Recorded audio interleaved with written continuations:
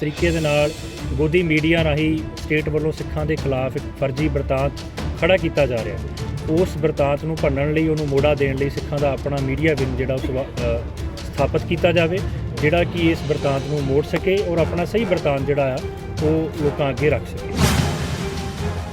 और घट गिणती कौमां जिहड़ियां कि साडे वांग ही स्टेट दे जुल्म दा शिकार हो रही ने, उन्हां दे आगूआं नाल विचार करके एक साझा प्लेटफार्म जिहड़ा समाजिक प्लेटफार्म बनाया जाए। भारती हुकूमत नूं जिहड़े दो सुनेहे ने कि वो सिखां दी नकारी हुई लीडरशिप नूं छड्ड के सिखां दे जिहड़ी असल समस्या ਉਹਨੂੰ ਸਮਝਣ ਲਈ और ਉਹਦਾ हल करने ਲਈ सिख बुद्धिजीवियों नाल अपनी गलबात का रस्ता खोले और गलबात राहीं ही ਜਿਹੜੀਆਂ ਸਮੱਸਿਆਵਾਂ ਦਾ हल करने का एक यतन आरंभे। साडी ਜਿਹੜੀ लड़ाई है वो बिल्कुल कुदरती ते हकी है, क्योंकि असी गुरु ग्रंथ साहिब जी की दसी हुई विचारधारा मुताबक समाजिक बराबरता की और सबना ਲਈ बराबर न्याय की लड़ाई वजों ही ये लड़ाई नूं लड़ रहे हैं। ਹੁਣ ਗੋਦੀ ਮੀਡੀਆ ਦੀ ਇੰਨੀ ਹਾਲਾਤ ਬੁਰੇ ਹੋ ਗਏ ਨੇ ਕਿ ਲੋਕਾਂ ਨੇ ਹੁਣ ਛੱਡਣਾ ਦੇਖਣਾ ਬੰਦ ਕਰਤਾ। ਉਹ ਆਪਣੀ TRP ਵੀ ਝੂਠੀਆਂ ਹੀ ਛਾਪੀ ਜਾਂਦੇ ਨੇ, ਕੋਈ ਦੇਖਦਾ ਨਹੀਂ ਹੈ। ਲੋਕਾਂ ਨੇ ਆਪਣੇ ਛੋਟੇ ਛੋਟੇ ਜਰਨਲਿਸਟ ਦੇ ਚੈਨਲ ਸ਼ੁਰੂ ਕਰ ਲਏ ਆ। ਜਿਹੜੇ ਜਰਨਲਿਸਟ ਨੂੰ ਸਰਕਾਰ ਨੇ ਕੱਢਿਆ ਉਹਦੇ ਇੱਕ ਕਰੋੜ ਦੇ ਫਾਲੋਅਰ ਹੈ ਹੁਣ। ਕਿ ਇਨਫੋਰਮੇਸ਼ਨ ਦਾ ਯੁੱਗ ਹੈ ਔਰ ਇਨਫੋਰਮੇਸ਼ਨ ਜਿੰਨੇ ਵੀ ਸਰਕਾਰ ਸੋਚਦੀ ਹੈ ਕਿ ਜਰਨਲਿਸਟਾਂ ਨੂੰ ਓਪਰੈਸ ਕਰੇਗੀ, ਹੁਣ ਜਿਹੜਾ ਇਨਫੋਰਮੇਸ਼ਨ ਦੇ ਪਲੇਟਫਾਰਮ ਇੰਨੇ ਖੁੱਲ੍ਹ ਗਏ ਨੇ ਕਿ ਬਹੁਤ ਔਖਾ ਕਿਸੇ ਸਰਕਾਰ ਨੂੰ ਕਿਸੇ ਪਲੇਟਫਾਰਮ ਨੂੰ ਰੋਕਣ ਦਾ। ਇੱਕ ਪਲੇਟਫਾਰਮ ਰੋਕਦੀ ਹੈ ਤਾਂ ਦੂਜਾ ਖੁੱਲ੍ਹ ਜਾਂਦਾ ਹੈ। ਤੇ ਸਾਨੂੰ ਦੁਨੀਆ ਨੂੰ ਦੱਸਣਾ ਹੈ ਕਿ ਵੀ ਅਸੀਂ ਸਿੱਖ ਕੀ ਚੀਜ਼ ਹੁੰਦੇ ਆ, ਸਾਡਾ ਫਲਸਫਾ ਕੀ ਹੈ। ਸੋ ਜਿੱਥੇ ਤੁਹਾਨੂੰ ਅਨਿਆਏ ਦਿਸਦਾ ਹੈ ਉੱਥੇ ਸਿੱਖ ਤੇ ਪੰਜਾਬੀ ਜਿਹੜੇ ਨੇ ਉਹ ਉਸੇ ਟਾਈਮ ਉਹ ਬੋਲ ਪੈਂਦੇ ਨੇ। ਸ਼ਾਇਦ ਜਿਹੜੀਆਂ ਸਰਕਾਰਾਂ ਨੇ ਉਹ ਇਸ ਚੀਜ਼ ਨੂੰ ਬਰਦਾਸ਼ਤ ਨਹੀਂ ਕਰਦੀਆਂ। अंतरराष्ट्रीय समीकरणों तो बाद सिख कौम के बुद्धिजीवियों के नाल विचार गोष्ठियां की एक शुरू की गई सी परंपरा, जिहदी एक गोष्ठी पहला जलंधर विखे तो अज दूसरी गोष्ठी चंडीगढ़ विखे हुई है, जिहदे विच सिखां दीयां माइनॉरिटी हस्तियां ने हिस्सा लिया। और इहदे विच कुछ जिहड़े अगे ताज़ा समीकरणों नूं देखदिआं अगले भविख की कुछ रणनीति के तौर पर कोई 4 मते जिहड़े ने वो इस गोष्ठी दे विच फाइनल किए गए ने, जिहदे विच एक जिहड़ी सब तो वड्डी जरूरत समझी गई कि जिस तरीके दे नाल गोदी मीडिया राही स्टेट वालों सिखां दे खिलाफ एक फर्जी बरतांत खड़ा किया जा रहा है, उस बरतांत नूं भंनण लई उहनूं मोड़ा देण लई सिखां दा अपना मीडिया विंग जिहड़ा स्थापित किया जाए, जिहड़ा कि इस बरतांत नूं मोड़ सके और अपना सही बरतांत जिहड़ा आ वो लोकां अगे रख सके। सिखां दा बुद्धिजीवियों का एक थिंक टैक बनाया जाए, जिहड़ा इहो जिहे हालातां दे विच जिहड़ा बरतांत सर्जिया जाता है उत्थे कोई बौद्धिक अगवाई जिहड़ी आ वो सिख कौम नूं दित्ती जा सके। और घट गिणती कौमां जिहड़ियां कि साडे वांग ही स्टेट दे जुल्म दा शिकार हो रही ने, उन्हां दे आगूआं नाल विचार करके एक साझा प्लेटफार्म जिहड़ा समाजिक प्लेटफार्म बनाया जाए। और भारती हुकूमत नूं जिहड़े दो सुनेहे ने कि वो सिखां दी नकारी हुई लीडरशिप नूं छड्ड के सिखां दे जिहड़ी असल समस्या ਉਹਨੂੰ ਸਮਝਣ ਲਈ और ਉਹਦਾ हल करने ਲਈ सिख बुद्धिजीवियों नाल अपनी गलबात का रस्ता खोले और गलबात राहीं ही ਜਿਹੜੀਆਂ ਸਮੱਸਿਆਵਾਂ ਦਾ हल करने का एक यतन आरंभे। और साडी ਜਿਹੜੀ लड़ाई है वो बिल्कुल कुदरती ते हकी है, क्योंकि असी गुरु ग्रंथ साहिब जी की दसी हुई विचारधारा मुताबक समाजिक बराबरता की और सबना ਲਈ बराबर न्याय की लड़ाई वजों ही ये लड़ाई नूं लड़ रहे हैं। और इस विचारधारा की कदर करदे आ सिखां दे नाल जिहड़ा उन्हां दे मसलिਆਂ ਨੂੰ गलबात राहीं सुन के समझ के एक न्याय की जिहड़ी परंपरा हो के शुरू की जाए। सो ये अज दे डिस्कशन दे विचों निकले हुए मते ने। इस दे बारे कोई भी अगे जिहड़ी इहदे आधार ते अगे काम शुरू किया जाएगा ज़मीनी पद्धर ते पंजाब दीयां शहरां दीयां पिंडां दीयां संस्थावां नूं इस राह ते तोरन लई लामबंद करन लई अगे मीटिंगां जिहड़ियां ने हुण पिंडां ते शहरां च कीतियां जाणीਆਂ ने। और इन्हां गोष्ठियां दे विच जिहड़ा साडे कोल जो सेध साडे कोल निकल के विद्वानां वल्लों सामने आई है उन्होंने पिंडां तक लिजाण दी असीं कोशिश करांगे। बाकी कोई सवाल है तो तुसीं लैक्चरस दे नाल कर सकते। जिवें मीडिया विंग की गल हुई कि एक वखरा मीडिया विंग शुरू किया जाएगा। पिछले समय के दरम्यान भी ਵੱਖ-ਵੱਖ निजी तौर पर ਜਿਹੜੇ ਪੰਜਾਬ ਦੇ ਜਾਂ ਸਿੱਖਾਂ ਦੀ ਗੱਲ ਕਰਨ ਵਾਲੇ ਮੀਡੀਆ ਅਦਾਰੇ ਨੇ ਉਹ ਸ਼ੁਰੂ ਕੀਤੇ ਜਾਂਦੇ ਨੇ, ਪਰ ਸਰਕਾਰ ਦੇ ਵੱਲੋਂ ਬੰਦ ਕਰ ਦਿੱਤੇ ਜਾਂਦੇ ਨੇ। ਕਿ ਜੇ ਮੀਡੀਆ ਵਿੰਗ ਇਹ ਸ਼ੁਰੂ ਹੁੰਦਾ ਹੈ ਤੇ ਇਹਦੇ ਨਾਲ ਵੀ ਇਸ ਤਰ੍ਹਾਂ ਹੋਏਗਾ ਜਾਂ ਇਹਦੇ ਵਾਸਤੇ ਵੀ ਕੋਈ ਰਣਨੀਤੀ ਅਪਣਾਈ ਜਾਏਗੀ? ਨਹੀਂ, ਰਣਨੀਤੀ ਕੱਸਦੀ ਹੈ। ਜਿਹੜਾ ਮੀਡੀਆ ਹੈਗਾ ਉਹ ਤਾਂ ਫ੍ਰੀ ਹੈ। ਅਸੀਂ ਤਾਂ ਇੱਕ ਅਟੈਂਪਟ ਕਰਾਂਗੇ ਕਿ ਜਿਹੜਾ ਸਿੱਖ ਪੁਆਇੰਟ ਆਫ ਵਿਊ ਹੈਗਾ ਉਹ ਲੋਕਾਂ ਦੇ ਸਾਹਮਣੇ ਚਲਾ ਜਾਵੇ। ਔਰ ਉਸ ਦੇ ਵਾਸਤੇ ਜਿਹੜੀ ਇਹ ਬਾਡੀ ਬਣਾ ਲਏ 50 60 100 ਬੰਦੇ ਦੀ, ਉਹ ਉਸ ਦੀ ਪੈਟਰਨ ਬਾਡੀ ਹੋਏਗੀ, ਉਹਨਾਂ ਦੀ ਮਰਜ਼ੀ ਦੇ ਨਾਲ ਉਹ ਚੱਲੇਗਾ। ਸੋ ਇਹ ਕਿਸੇ ਇੱਕ ਦਾ ਅਦਾਰਾ ਨਹੀਂ ਹੋਣਾ ਕਿ ਜਿਹੜਾ ਤੁਸੀਂ ਜਿਸ ਉੱਤੇ ਕਬਜ਼ਾ ਕਰ ਸਕੋ, ਜਿਸ ਨੂੰ ਰੋਕ ਸਕੋ।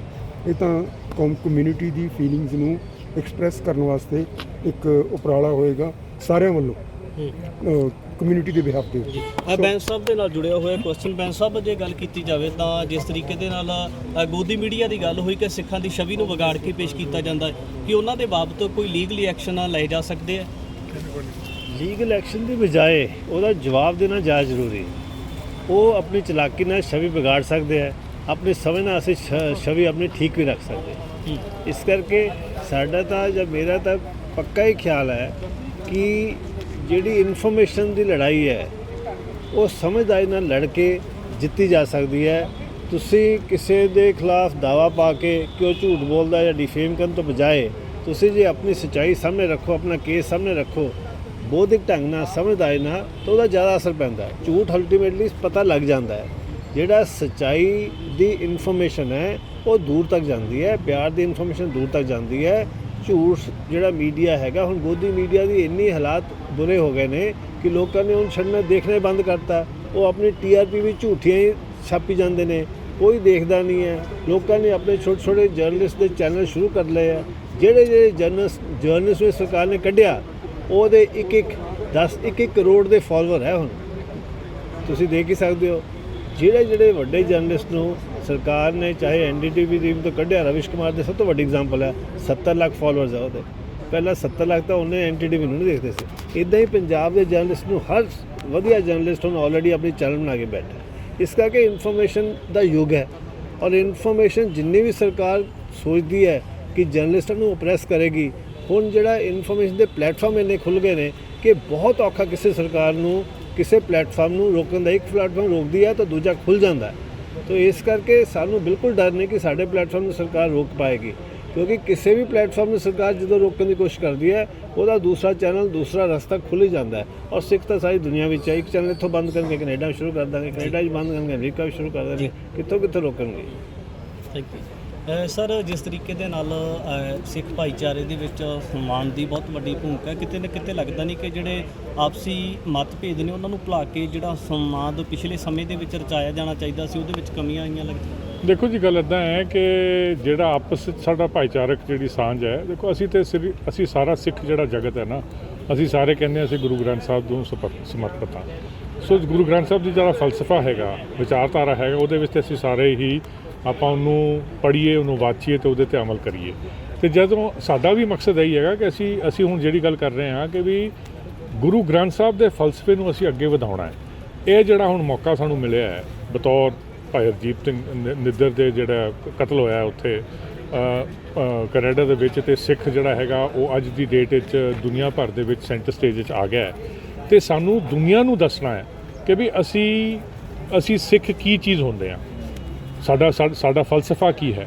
ਅਤੇ ਅਸੀਂ ਜਿੱਥੇ ਰਜਵਿੰਦਰ ਜੀ ਉਹਨਾਂ ਨੇ ਗੱਲ ਕੀਤੀ, ਅਸੀਂ ਗੁਰੂ ਗ੍ਰੰਥ ਸਾਹਿਬ ਦੇ ਵਿੱਚ ਬੇਗਮਪੁਰ ਵਾਲੀ ਜਿਹੜੀ ਗੱਲ ਹੈਗੀ, ਹਲੀਮੀ ਰਾਜ ਦੀ ਗੱਲ ਹੈ, ਆਪਸੀ ਭਾਈਚਾਰਕ ਜਿਹੜੀ ਸਾਂਝ ਦੀ ਗੱਲ ਹੈਗੀ, ਜਿਹੜੀ ਗੱਲ ਗੁਰਤੇਜ ਭਾਜੀ ਨੇ ਥੱਲੇ ਕੀਤੀ ਸੀਗੀ ਕਿ ਅਸੀਂ ਖਾਲਸਾ ਰਾਜ ਦੀ ਗੱਲ ਕਰਦੇ ਹਾਂ, ਜਿੱਥੇ ਤੁਸੀਂ ਦੇਖੋ 40 ਸਾਲ ਦੇ ਰਾਜ ਦੇ ਵਿੱਚ ਇੱਕ ਵੀ ਬੰਦੇ ਨੂੰ ਸਜ਼ਾਏ ਮੌਤ ਨਹੀਂ ਹੋਈ ਸੀਗੀ। ਠੀਕ ਹੈ ਨਾ, ਸਾਰੇ ਬੰਦੇ ਕੋਐਗਜ਼ਿਸਟ ਕੀਤੇ ਸੀਗੇ। ਮਨੁੱਖੀ ਅਧਿਕਾਰਾਂ ਦੀ ਗੱਲ ਹੁੰਦੀ ਹੈ। ਅੱਛਾ, ਅੱਜ ਦੀ ਡੇਟ ਸੰਦਰਭ ਤੁਸੀਂ ਲੈ ਲਓ, ਜੇ ਡੈਮੋਕ੍ਰੇਸੀ ਵਾਲੀ ਗੱਲ ਹੈਗੀ, ਇਹਦੇ ਵਿੱਚ ਫੈਡਰਲਿਜ਼ਮ ਦੀ ਗੱਲ ਆ ਜਾਂਦੀ ਹੈ। ਤੁਸੀਂ ਲੋਕਾਂ ਨੂੰ ਫੈਡਰਲਿਜ਼ਮ ਦਾ ਜਿਹੜਾ ਸਾਡਾ ਸੰਵਿਧਾਨ ਵੀ ਜਿਹੜਾ ਸੀਗਾ, ਜਿਹੜਾ ਪਹਿਲਾਂ ਅੰਗਰੇਜ਼ ਸਾਨੂੰ ਦੇ ਰਹੇ ਸੀਗੇ, ਉਹ ਫੈਡਰਲ ਸਿਸਟਮ ਸੀਗਾ। ਉਹ ਹੌਲੇ ਕਰਦੇ ਪਹਿਲਾਂ ਕੁਝ ਚੀਜ਼ਾਂ ਸਟੇਟ ਕੋਲ, ਕੁਝ ਸੈਂਟਰ ਕੋਲ, ਉਹ ਹੁਣ ਕਰੰਟ ਲਿਸਟ ਨਵੀਂ ਚੀਜ਼ ਜੀ ਬਣ ਗਈ ਹੈ, ਹੁਣ ਉਹਦੇ ਵਿੱਚ ਆ ਗਈ। ਸੋ ਫੈਡਰਲਿਜ਼ਮ ਦਾ ਜਮਾਂ ਹੀ ਤੈਸ਼-ਨੈਸ਼ ਕਰਤਾ ਇਹਨਾਂ ਨੇ ਇੱਥੇ ਭਾਰਤ ਦੇ ਵਿੱਚ। ਸੋ ਮੇਰਾ ਕਹਿਣ ਦਾ ਮਤਲਬ ਹੈ ਕਿ ਉਹਦੀ ਵੀ ਲੜਾਈ ਜਿਹੜੀ ਹੈਗੀ, ਦੇਖੋ ਇਹ ਸਾਰੀ ਮਨੁੱਖੀ ਅਧਿਕਾਰਾਂ ਦੀ ਲੜਾਈ ਹੁੰਦੀ ਹੈ। ਮਨੁੱਖ ਭਾਵੇਂ ਇੱਕ ਸੂਬੇ ਦੇ ਵਿੱਚ ਹੋਵੇ ਤੇ ਸੂਬਿਆਂ ਦੀ ਲੜਾਈ ਤੁਸੀਂ ਗਿਣ ਸਕਦੇ ਹੋ, ਤੇ ਹਰ ਇੱਕ ਸੂਬੇ ਦੇ ਆਪਣੀਆਂ ਇੱਛਾਵਾਂ ਹੁੰਦੀਆਂ ਨੇ। ਤੇ ਇਹਨਾਂ ਦੇ ਉੱਤੇ ਨਾ ਜਿੱਥੇ ਤੁਸੀਂ ਮਨੁੱਖਾਂ ਨੂੰ ਦਬਾ ਕੇ ਤੁਸੀਂ ਰੱਖਣ ਦੀ ਕੋਸ਼ਿਸ਼ ਕਰੋਗੇ ਨਾ, ਉਹ ਬਹੁਤਾ ਚਿਰ ਚੱਲਦਾ ਨਹੀਂ, ਥੋੜ੍ਹਾ ਚਿਰ ਚੱਲੇਗਾ। ਹਾਂ, ਇਹ ਗੱਲ ਜ਼ਰੂਰ ਹੈ ਕਿ ਹੋਰ ਬਥੇਰੀਆਂ ਕੌਮਾਂ ਨੇ ਜਿਹੜੀਆਂ ਨੇ, ਉਹ ਭਾਵੇਂ ਇਸ ਚੀਜ਼ ਨੂੰ ਜ਼ਿਆਦਾ ਸਹਿ ਜਾਂਦੀਆਂ ਨੇ ਇਸ ਦਬਾਅ ਨੂੰ। ਪਰ ਜਿਹੜਾ ਸਿੱਖ ਹੈ ਤੇ ਪੰਜਾਬੀ ਹੈ, ਉਹ ਜਦੋਂ ਵੀ ਕੋਈ ਅਨਿਆਏ ਹੋਏਗਾ ਨਾ, ਉਹ ਬੋਲਣ ਨੂੰ ਤਤਪਰ ਹੁੰਦਾ ਹੈ। ਉਹ ਆਪਣੇ ਵਿੱਚ ਸਾਡਾ DNA ਤੁਸੀਂ ਸਮਝ ਲਓ। ਗੁਰੂ ਨੇ ਸਾਨੂੰ ਕੀ, ਮੈਂ ਤਾਂ ਕਹਿੰਦਾ ਗੁਰੂ ਦੀ ਜਿਹੜੀ ਫਿਲਾਸਫੀ ਹੈ ਉਹ ਤੇ ਸਾਰੀ ਦੁਨੀਆ ਦੇ 8 ਬਿਲੀਅਨ ਬੰਦਿਆਂ ਲਈ ਸਾਂਝੀ ਹੈ।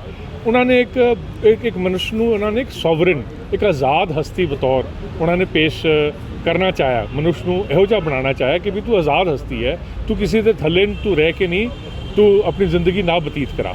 ਸੋ ਜਿੱਥੇ ਤੁਹਾਨੂੰ ਅਨਿਆਏ ਦਿਸਦਾ ਹੈ, ਉੱਥੇ ਸਿੱਖ ਤੇ ਪੰਜਾਬੀ ਜਿਹੜੇ ਨੇ ਉਹ ਉਸੇ ਟਾਈਮ ਉਹ ਬੋਲ ਪੈਂਦੇ ਨੇ। ਸ਼ਾਇਦ ਜਿਹੜੀਆਂ ਸਰਕਾਰਾਂ ਨੇ ਉਹ ਇਸ ਚੀਜ਼ ਨੂੰ ਬਰਦਾਸ਼ਤ ਨਹੀਂ ਕਰਦੀਆਂ, ਪਰ ਅਸੀਂ ਉੱਦਾਂ ਨਹੀਂ ਬੋਲਦੇ। ਅਸੀਂ ਤਾਂ ਸਿਰਫ ਜਿੱਥੇ ਅਨਿਆਏ ਹੈ ਉੱਥੇ ਅਸੀਂ ਬੋਲਾਂਗੇ। ਜੇ ਅਗਰ ਨਿਆਂ ਹੈ ਤੇ ਫਿਰ ਸਾਨੂੰ ਕੀ ਲੋੜ ਹੈਗੀ, ਤੁਸੀਂ ਸਾਡੇ ਨਾਲ ਨਿਆਂ ਕਰੋ। ਤੇ ਸਿੱਖ ਤੇ ਤੁਹਾਡਾ ਜਿੰਨਾ ਮਤਲਬ ਸਿੱਖ ਨਾਲ ਤੁਸੀਂ ਜੱਫੀ ਪਾ ਕੇ ਤੁਸੀਂ ਰੱਖੋ, ਉਹਨੂੰ ਨਿਆਂ ਦਿਓ। ਤੇ ਮੇਰੇ ਖਿਆਲ ਇਹੋ ਜਿਹਾ ਤੁਹਾਨੂੰ ਮਤਲਬ ਕੌਮ ਤੁਹਾਨੂੰ ਲੱਭ ਨਹੀਂ ਸਕਦੀ ਲੱਭਿਆਂ ਵੀ। Thank you sir.